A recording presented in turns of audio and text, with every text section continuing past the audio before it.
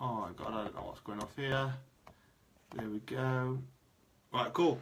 So yeah, I am on fire. I've literally just done another one in my paid Facebook group, and then the second in 2 days. So it's not just 2 in 2 days; it's 3 in 2 days. So I'm on it.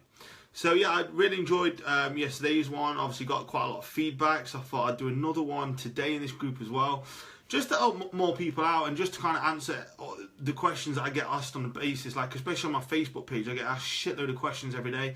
Yeah, I can't get back to most people just because the amount of questions I get asked, so I thought I'd cover it in this video. So yeah, so first one's bro splits. So most people, when they go to gym, because everybody else is going to the gym, they'll love, like, I've got to do chest on a Monday, back on a Tuesday, legs on a Wednesday, shoulders on a Thursday, arms on a Friday. And they think that is the best way to grow. And all the science and all the research and everything that I've done with all my clients proves that it isn't. And all the best people, all the best bodybuilders like JP and all his clients now, they're all doing push-pull legs or upper lower body splits. And the reason is because you're hitting that muscle so much more frequently. And it's so many more times a week, you're getting much more opportunity to adapt and grow.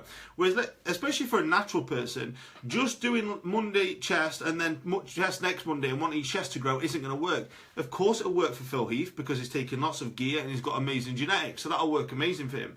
But for everyday people that's wanting to grow their physique and wanting to change the shape, doing a normal bro split isn't the best way of doing it. And especially if you're a newbie or you're a guy that isn't taking any performance enhancing drugs, then doing a push-pull legs or upper-lower split will be much better because you can hit more muscles more frequently. So if you're wondering why your chest isn't growing or why your physique isn't growing, look at your training split. Then look at how hard are you training? Are you logging your results, your reps, your weight? Are you doing measurements? Are you looking at your photos? Are you tracking your food? What are you doing food-wise? You got enough protein? You got enough carbs? You got enough fat? There's so many different feedback tools you got to look at. Or if you're not sure how to do all this, just get a coach and get someone to do it all for you. And if a coach is highly skilled enough, they will tell you what you've got to do each week to be able to get results, and they will manipulate it depending on what you need. But bear in mind, growing muscle takes time. Everyone thinks like, look, I want to add this amount of muscle in 2 or 3 weeks, and I always go, whoa, whoa, whoa, whoa. Hold it back a little bit. It takes time.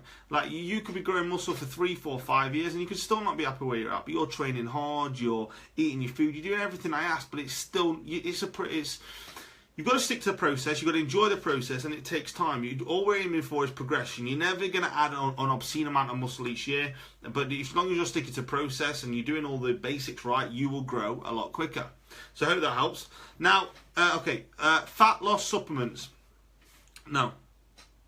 No, I literally, this is the last thing that you should ever look at. Don't look at fat burners. Don't look at all this shit. Don't look at all these gimmicks. Waist trainers is a new one. I mean, what the fuck? But basically, what you want to do is just focus on the basics. So you have got diet. You're doing your diet. You're doing the weights. That's your main pillar. You've got cardio alongside of it. You're managing your lifestyle. You're embedding new habits. You're creating systems. You are living it as a lifestyle. You're managing stress. You're improving gut health. All these are so much better. A fat loss supplement isn't really going to work. And you could say to me, well, Danny, I know this top fitness model that takes this fat burner. And I'll say, yeah, he's probably sponsored by them, so he's trying to sell it, yeah? And also that what he's usually doing, he might have put this in for the last 2 or 3 weeks just to give him that extra bit of kick.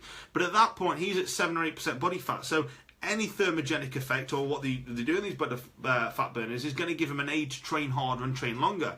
But it's not necessarily going to help with fat burning. So don't ever look at a supplement. If someone tries to sell you a supplement or a fad or a gimmick and say, this is the thing, this is your quick fix solution, just say, mate, you're bullshitting. It ain't.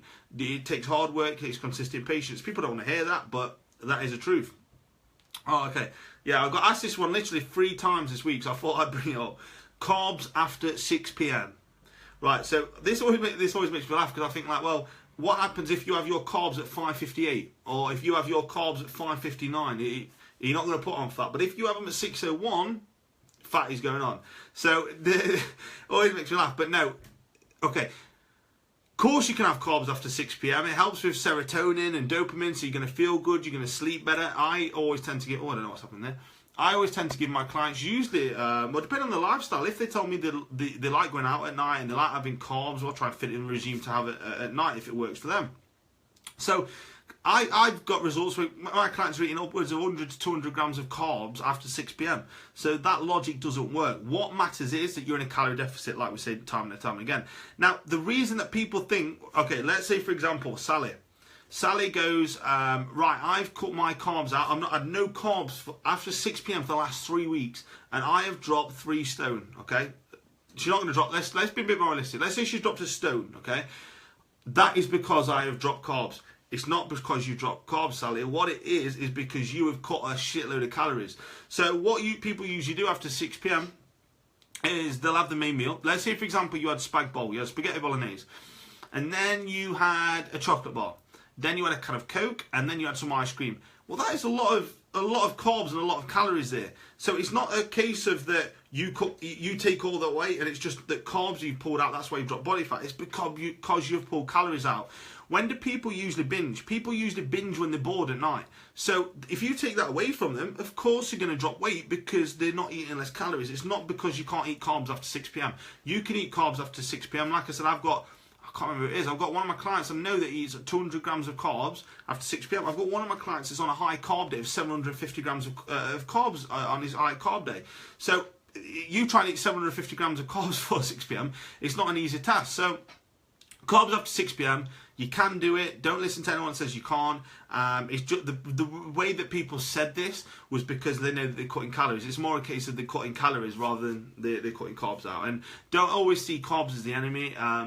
Carbs aren't the enemy. It's going to fuel your performance. It's going to fuel recovery. It's going to make you feel good. A lot of the great foods are carbohydrates. So take that away is a ball ache. And that's why I just touched on this in my other video and in my other Facebook group. And I said, look, a diet is a good diet when you can sustain it. Like I said to all of you in this group. So if you could do a diet now, okay, all right, let's say, for example, you're doing a shake diet, okay? You're doing Herbalife or Juice Plus, all this shit, whatever it might be, right? You're doing that for 2 or 3 weeks, you've lost some weight, you're feeling good, okay? And then I'll say, right, can you do this for another year? And they'll be like, no. So therefore, it is not a good diet. Or if you're having 4 meals a day of white fish and rice cakes, all right? Could you sustain that in a year's time? Probably not. So it's not a good diet. It's not sustainable. You need to have something that that you can sustain and you can enjoy for a year. And that's why with my clients, I give them foods that they enjoy. Oh yeah, I'm not talking about 6 donuts every day, but I'm going to give them cereal or Skittles or Haribos or whatever, just to make sure that they're sticking to diet and they're enjoying it. I'm going to make sure they've got enough calories, they've got enough protein, fat, carbs, the diet is balanced, so they're feeling good, they're looking good, they're healthier. I've got them enough fibre in there, so it's going to manage the blood sugar levels, so they're not going to crave as much, make sure they're drinking plenty of water. So we're kind of covering all the basics. Hello Mark, love your little smiley face. So yeah, so that's kind of what I always do with my clients, and you've got to make sure your diet is sustainable. So if you're doing a diet now and you look back and you go, fuck me, this is tough, can I do this in a year's time? And you say no, it's probably not the best diet and it's not a diet you can sustain. You don't actually want to see it as a diet, you want to see it as healthy eating, and you want to see it as like, I could do this for next year. And like I said, I get across to all my clients, I always say, all right, I can get you results in 2, 4, 6, 8 weeks. We can make it look great. That's not a problem. But can we sustain that for 6, 12, 18 months? And if we can do that, we've won. Because then we're going to look great for an extended period of time. Okay, what other questions shall I go through? Okay, calorie calculators. Right, so... Right, so my opinion on these. So let's say, for example... what I'll do actually, first of all, I'll go through my like a macro calculator. So... people use MyFitnessPal, and like I'll get my clients maybe tracking the calories or for 2, 3, 4 days, just to give me a rough estimate. They'll do a rough food diary, and I'll know roughly what calories are going in, and then I'll know what calories are coming out. So then what I usually do with that is, it's not the most accurate thing, but it's given as a measurement. Then after that, what we can do is go, right, let's say, for example, Johnny is eating 2,700 calories a day. From MyFitnessPal, it may not be completely accurate, but we can base his diet off that. So never see it as it's the be-all and end-all and it's 100% correct, but it's giving you a measurement and a marker to start with. Now, when it comes to... that's the best macro calculator. Well, that's the best calorie counting thing that you'll use is MyFitnessPal. Now, when it comes to like BMR calculators online, like the amount of people that say to me, Danny, I don't know what my BMR is, or I don't know what calories I should be starting with. and I've done this BMR, and you've got to think, right, that BMR calculator that you're using online doesn't take in consideration your stress, doesn't take into consideration what you're currently eating, doesn't take into consideration your muscle, the amount of muscle mass you've got, your body fat levels. It's not taking into consideration what your current diet is. It's not taking into consideration your lifestyle. All these factors have to come into play. So first of all, what my first port of call would be, if you're in this position, is have 2 or 3 or 4 days of tracking your calories, getting a good understanding of where you're at. Then from that, you can work off that set point. Then if you're right, I'm having 2,700 calories of shit food. Now what I'm going to do is I'm going to turn that into 2,700 calories of good food, whole food, nutritious food, good food that's going to nourish my mind, going to nourish my body, and it's going to make me feel good. But when it comes to BMR calculators, I've never ever used one with one client. I never would do it. I wouldn't recommend other people to doing it, just because it doesn't really take into consideration what your life is and what you're doing, what your muscle mass or your physique's like. The better understanding is have a look at what food you're doing for a 3, 4, 5 day period, and then you can kind of base it off that and see where you're going wrong and what you need to do to kind of improve. Okay, so another question. I'll leave this on the last one. So breakfast, is it the most important meal of your day? Well, I think the intermittent fasting crowd would say no, just because they don't have breakfast, they're probably not going to eat till 12 or 2. But is it the most important meal of the day? I don't necessarily think it is. Now, why breakfast is a good idea is because, let's say, for example, if you're having a breakfast that is good, that is healthy, it's setting you off in the right position, it's putting your mindset right for the day, you feel good, you're a lot more in line to eat well the rest of the day. And it stabilises your blood sugar levels, keeps you full, keeps your appetite at bay.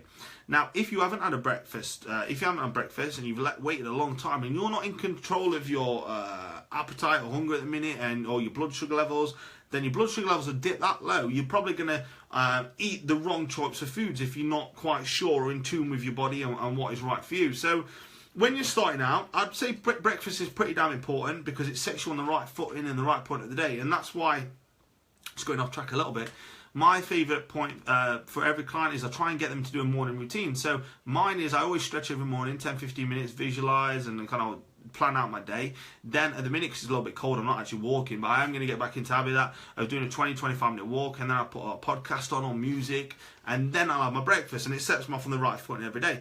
Now, let's say, for example, if I didn't plan out my breakfast and I didn't do that morning routine 4 or 5 hours later for the day, I'm probably going to make the wrong choices, or I'm going to make the wrong decisions. So if this is you, and you're starting out on your fat loss journey, I would probably say to you, right, get a good breakfast in, get a breakfast that works for you, and get a morning routine. So it is pretty important if you are starting out. But is it the most important meal of the day? No. In all honesty, it matters what you eat overall over the day. If you're eating good over the day, then you're going to get good fat loss results. So, but if you are starting out, like I said, make sure you're having a good breakfast and a good morning routine, and then you're on the right footing. It's a lot easier to stick to the day. You're a lot more likely to keep motivated and keep progressing. So, hope that video helps, guys. I'll probably do another one on Monday. So, have a good weekend. Anything you want to know, just post below and I'll cover that on your next video. So, hope that video helps, guys.